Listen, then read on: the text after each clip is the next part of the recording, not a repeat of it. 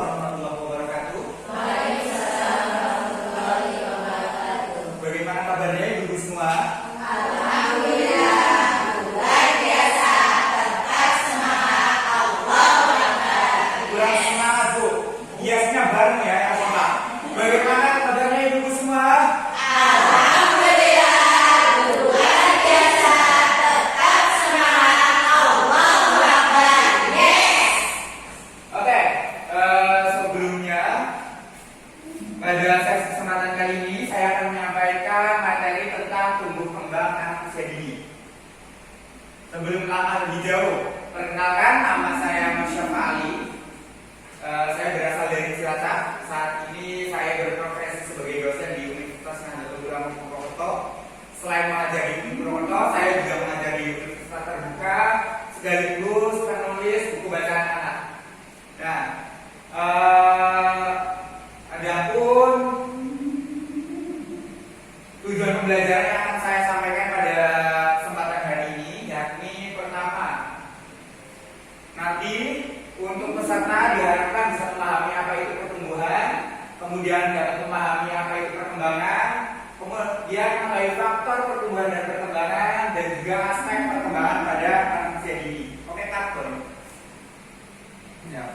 Namun sebelum saya memasuki materi pada sesi kali ini, saya ingin cek semangat bunda-bunda semua ya, ibu semua. Kita cek dengan tepuk semangat ya.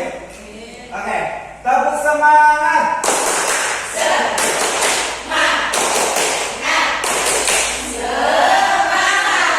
Oke, tepuk semangat satu.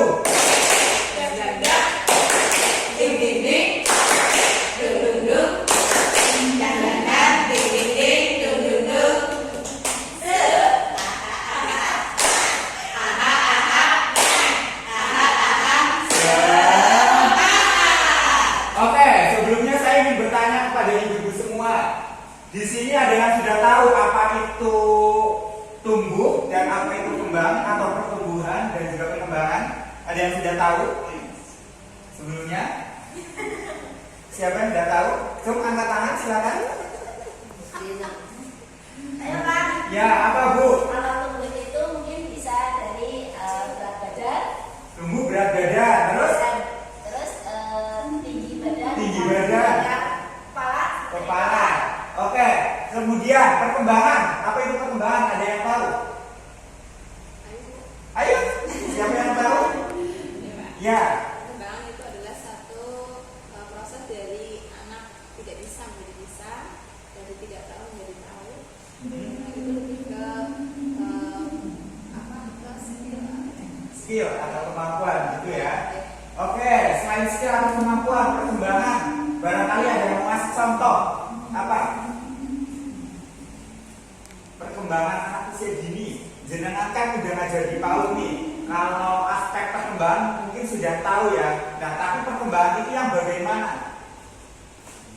Ada yang tahu? dari tidak bisa bicara, bisa berjalan, dia bisa berjalan. Bisa menulis. Oke. Jawaban benar sudah mendekati benar semua sebenarnya gitu ya. Oke, langsung saja saya akan menyampaikan dan tidak ada kesalahpahaman di antara kita semua dalam memaknai apa itu pertumbuhan dan apa itu perkembangan pada anak usia dini.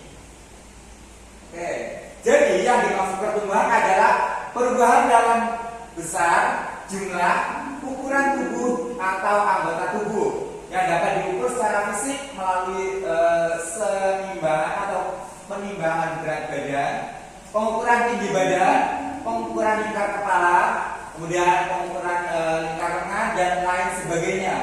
Pertumbuhan dibatasi pada perubahan struktur dan fisiologis. Nah, jadi dari pengertian ini dapat kita simpulkan kalau pertumbuhan itu bisa diukur. Misal dari yang tadinya tingginya 150 menjadi 160, berarti pertumbuhannya naik. Nah, di sini pertumbuhan itu juga sering disebut dengan sebagainya. Nah, tetapi untuk pertumbuhan di Indonesia, anak-anak di Indonesia ini sejak tahun 2018 WHO menyatakan bahwa terdapat 7,8 juta atau 3,56% balita Indonesia yang menderita stunting. Ini artinya anak-anak Indonesia sebagai calon generasi emas sudah mengalami masalah dari sejak usia dini. Nah, inilah peran kita sebagai guru pendidikan usia dini, bagaimana untuk melakukan intervensi atau pencegahan agar tidak terjadi stunting buruk berkelanjutan. Meskipun pemerintah sudah menyediakan berbagai program, gitu ya. Oke, kemudian lanjut. Kemudian ada perkembangan. Jadi apa itu perkembangan? Perkembangan adalah bertambahnya kemampuan atau keterampilan dalam struktur dan fungsi tubuh yang lebih kompleks dalam pola yang teratur dan dapat diramalkan sebagai hasil dari pengalaman dan proses pematangan.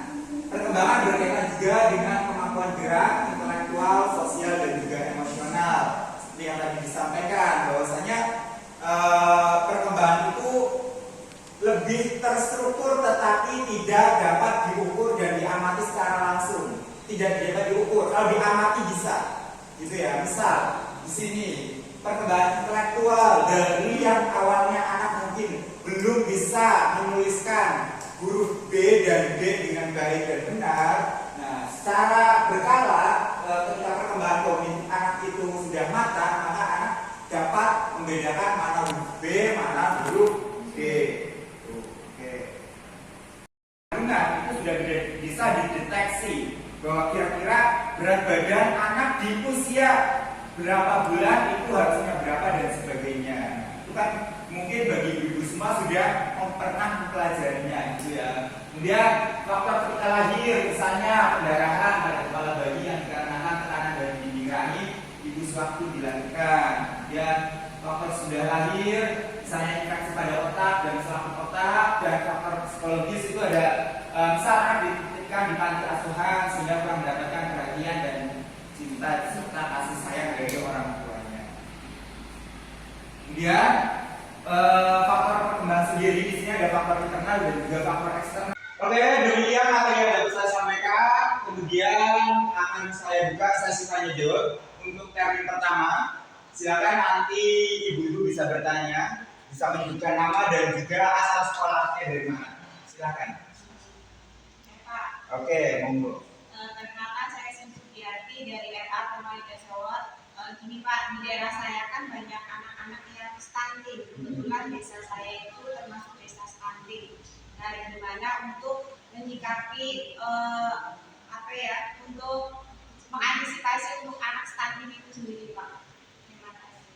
Oke, terima kasih. Pertanyaan yang sangat bagus dan luar biasa. Ini bisa menjadi bahan informasi untuk kita semua. Bahwasanya sekolah yang baik juga harus bekerja sama atau sering kita dengar sekolah holistik integratif, di mana sekolah itu juga menggandeng lembaga-lembaga yang ada di sekitarnya, misal puskesmas, kemudian posyandu, kemudian ada ketika di lembaga sampai yang dekatnya ada pabrik, kita juga harus menggandeng pabrik. Dalam rangka apa tujuannya? Salah satunya untuk mencegah stunting itu sendiri. Jadi lembaga kesehatan yang ada di dekat kita itu harus dilibatkan. Misal posyandu ketika di dekat sekolah kita dalam rangka pencegahan stunting, ya posyandu memberikan sosialisasi, kemudian memberikan PMT atau memberikan fasilitas lain untuk pengecekan kesehatan anak dan lain sebagainya. Kemudian dari guru sendiri bisa memberikan program makan sehat, gitu ya. Misal berapa hari sekali atau membuat aturan bahwa anak tidak boleh jajan atau harus membawa bekal. Oke, terima kasih untuk ibu-ibu semua atas kehadiran dan juga atensinya. Saya ucapkan banyak terima kasih sekali lagi. Mohon maaf apabila banyak salah dan banyak kekurangan. Sekian dari saya. Assalamualaikum warahmatullahi wabarakatuh. Waalaikumsalam.